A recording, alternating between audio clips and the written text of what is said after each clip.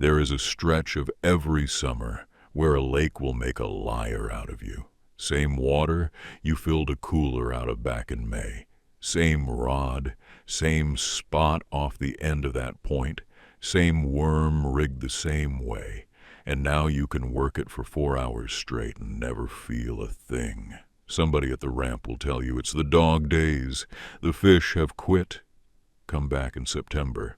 That explanation has been getting passed down at boat ramps for about as long as there have been boat ramps. Your lake did not quit on you.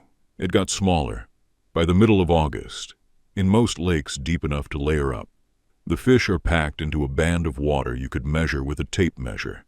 Everything above that band is too warm for them to sit in comfortably. Everything below it has almost no oxygen left in it at all.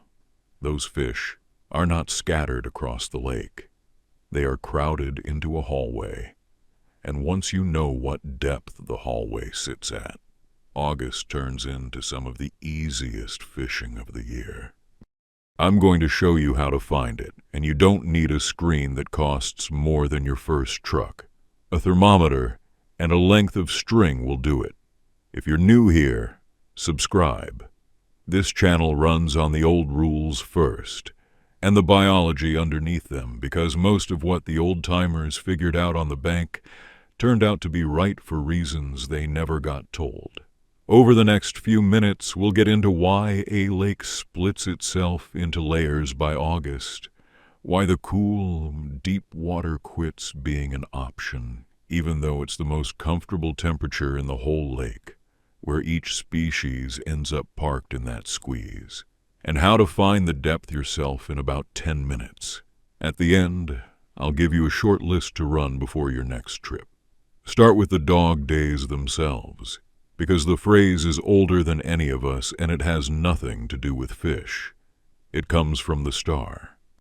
Sirius, the dog star, rises with the sun in late July and through August, and people 2,000 years ago decided that was what made the weather miserable. The name stuck to the hottest stretch of the year, and eventually it stuck to the fishing too. The old-timers who told you the fish quit in the dog days were half right, and it's the useful half. Something does change. What they got wrong is the word quit. A largemouth's metabolism does not slow down in warm water. It speeds up. A base in 80-degree water burns through a meal faster than the same base in 60-degree water and needs to eat more often, not less. So the fish are hungrier in August than they were in May. They have moved to where you are not fishing, and they moved for a reason you can't see from the seat of the boat. Here's what the water is doing. Water is heaviest at right around 39 degrees, and it gets lighter as it warms up past that. So when the sun beats on a lake all summer, the warm water it makes sits on top of the cold water, like the head on a beer. Wind stirs the top few feet, and does nothing at all below that. Every calm, sunny week makes the separation stronger, and by August, it's locked in hard. What you end up with is 3 layers, a warm top layer that the wind keeps mixed, and the sun keeps hot. A thin middle band where the temperature falls off a cliff, and then cold, still, dark water on the bottom. The biologists have names for all 3, and the only one worth remembering is the middle one, the thermocline.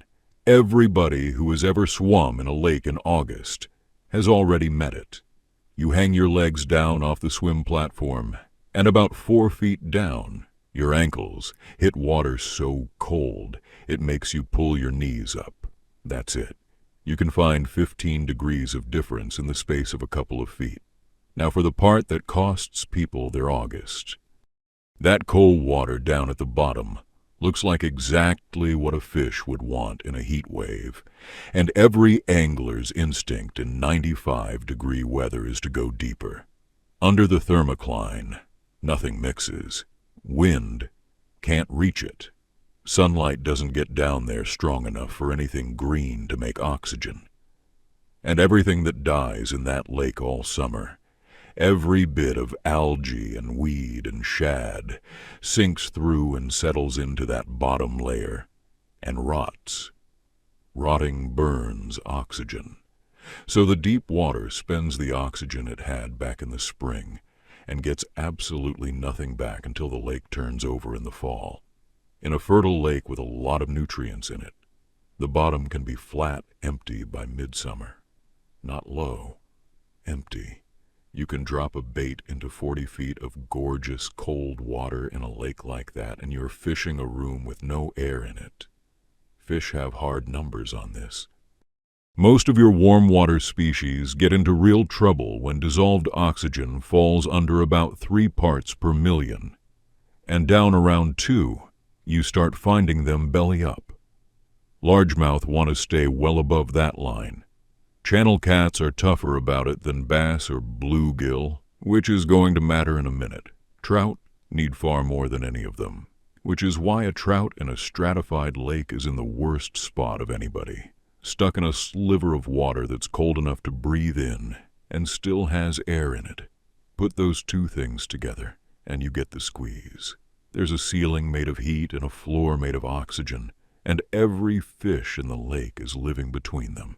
That's why they feel like they vanished. They didn't spread out. They stacked up.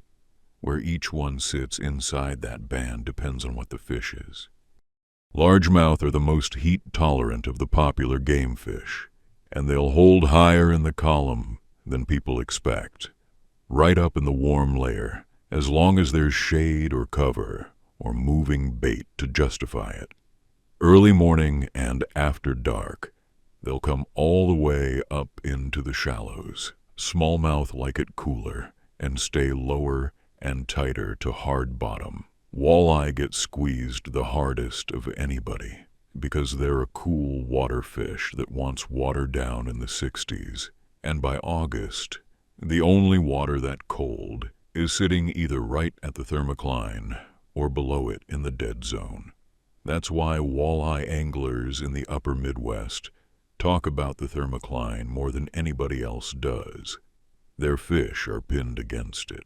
Crappie do the same thing, suspending in open water right at that depth over brush and standing timber, which is why your brush pile in 25 feet holds nothing at all, and the fish are floating 15 feet over the top of it. Then there's the catfish, sitting there breaking every rule in the video.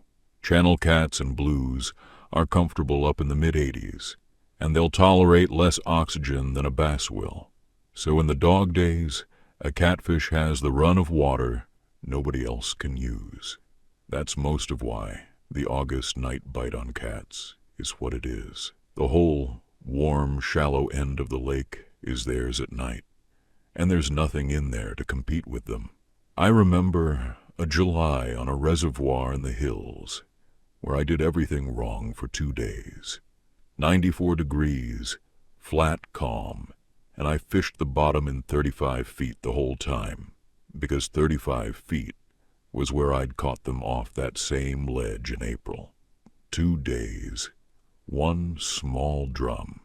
On the third morning, an old boy in an aluminum john boat idled past me and told me flat out I was fishing under them. He'd tied a thermometer on a piece of trotline cord and figured the break sat at 18 feet. I moved up, counted a jig down, and caught fish until the sun got over the ridge. Same ledge, same lake. 17 feet of difference. So here's how you find yours. Buy a cheap dial or digital thermometer, the kind meant for a live well, and tie it to a piece of mason line with a marker knot every 2 feet. Motor out over the deepest water you actually fish. Drop it 2 feet. Let it sit a minute. Read it. Then 4, then 6, and keep going. You're not looking for a number.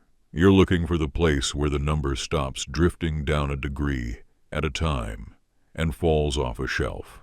When you go from 78 at 10 feet to 64 at 16, you have found the top of the thermocline, and everything you care about is sitting at that depth or just above it. If you do run electronics, it's easier. Turn your sensitivity way up and idle over deep, open water, and the thermocline shows up as a fuzzy horizontal line across the screen, with nothing above it and nothing below it. It's a real return. The density change between warm and cold water bounces enough signal to draw itself. Now the part that makes it money instead of trivia. Knowing the band is at 18 feet is worth something. Knowing where that 18-foot line runs into something solid is worth a lot more. Fish don't suspend in open water because they enjoy it. They do it when there's nothing better. Find the contour on the map where the bottom comes up through your thermocline depth and follow it. The point that tops out at 16 feet, the hump. The old creek channel edge, the standing timber that pokes up through it. Where that depth crosses structure is where the whole lake gets funneled. And in August, you can pull half a dozen fish off one rock the size of a car. That changes everything about how you fish. You stop fishing the bottom and start fishing a horizon. Cast, count the bait down, and hold it in that band the entire retrieve instead of letting it swing up out of the zone in the last 20 feet. A jig on a controlled fall, a spoon, a deep crankbait that ticks along at the right depth, a soft plastic on a slow drop through suspended crappie. 10-pound test will handle most of that work fine, and lighter line gets a bait down quicker if the fish are picky about the fall. What you don't do is drag a Carolina rig across 40 feet of dead water because the map says there's a nice flat down there. There is nothing living on that flat right now. If any of this has already answered something that's been driving you crazy this month, do me a favor and hit the like button. It's the only thing that puts a video like this in front of the next person who's about to waste a Saturday fishing under them. Now the exceptions, because they're just as useful. Rivers don't do any of this. Current mixes water top to bottom all day long, so a river doesn't stratify and there's no dead zone in it, which is exactly why the August river bite stays honest, while the lakes go quiet. Tail races below dams are better yet, since a lot of them pull their water from down deep on the other side and dump it out cool and full of oxygen. If your lake has gone stupid on you, drive to moving water. That advice by itself is worth the trip. Ponds are the other exception. A farm pond 10 or 12 feet deep gets stirred by wind and doesn't hold layers the way a reservoir does, so the fish in it can be anywhere, and shallow is often the right answer, even in a heat wave. And the depth of the break isn't fixed either. Clear water lets light down further and pushes the thermocline deeper. Stained water sets it up shallow. A week of hard wind out of one direction will tilt the whole thing. Deeper on the side the wind is pushing into, and shallower on the side it's pulling away from. So take a reading, and then take another one next month. The fish doesn't read the calendar. It reads the water. One more thing while we're in August. And it matters. Warm water is genuinely hard on a fish you intend to release. Texas Parks and Wildlife tracked bass caught in summer tournaments and found that once the water got past about 79 degrees, somewhere between roughly a fifth and better than 40% of those fish were dead within a few days of swimming away, looking fine. Most of that damage came from being hauled around in a live well all day, so it isn't a straight comparison to you catching one off a point and turning it loose. The direction is the same, though. Heat, plus a long fight, plus a minute in the air, is a lot to ask. In August, get the hooks out in the water when you can. Keep the photo short, and hold the fish upright until it kicks off on its own. It costs you 15 seconds. Here's your list before the next trip. 1. Take a thermometer and find your break instead of guessing at it. 2. Mark that depth on your map and find every place the bottom comes up through it, because that's your milk run for the rest of the month. 3. Fish the depth all the way through the cast. not the bottom. 4.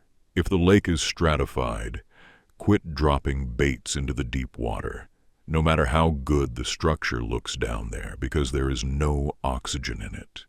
5. If the whole lake has shut down, go find current. And 6. Handle what you release like it's 90 degrees out, because it is. None of this is a secret.